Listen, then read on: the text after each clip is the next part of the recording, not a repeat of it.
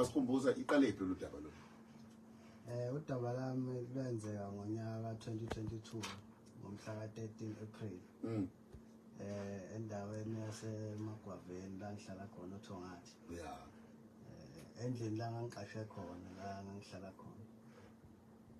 So isitori sami usisi ngangithandana naye ngaso sikhathi. Sasi ngoba ngangizogodwa ngemakhaya ku Good Friday because kwakulesithathu usuku lesigameko uFriday wazoba ngolesihlanu. So usisi lo sasivumelana ukuthi kumele sibonane before ngigodwe ngemakhaya ngizohamba kulesine ntambama. Yeah.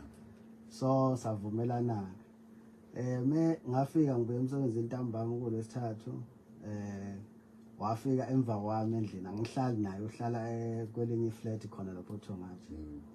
So mefika endlini wayiphethe uKerabek lo wase Food Lovers wafika wathi ngena ngendlini wangithatha nginike ihug into engiyithandana ukuthi ngiyonke into right. So mengena wathatha wakhipha ukudla kweKerabek wakubeka phezu kwetafula. Lo Kerabek wakhona ukudla ukhona nalesi sigubhu sasingavezile ukuthi khona noyesikhave nge-newspaper. So ngase ngithi into wasimefika ayifuna ukulala nami. Ngathi mina ngeke ngikwazi ukulala nawe ngoba vele uzolala vele la endlini ayikho into engijahile ngicela ukuyogeza kuqala. So ngivumelane ke ngihambe ngiyogeza. Ngithi esethi hayi njalo ngiphathele ichibi. Ichibi lamanzi athandazela. Ngake ngawasebenzisa before. Ngiyawazi. So ke mase ngiphathele ichibi ngihambe ngebathroom engifike ebathroom ngivulela amanzi. Afike eseqhamuka ekamereni uphethe ispade lese sincane sokuyibheka.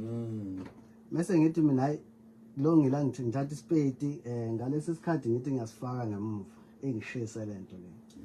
Bengishisa lento la esinyeni ngaphakathi nangemuva engcene. Ngimbuze sisi kuyini lokho nginika khona ngoba akona amanzi awayenzi lento. Athe amanzi lawo ichibi ngoba ngiphelile.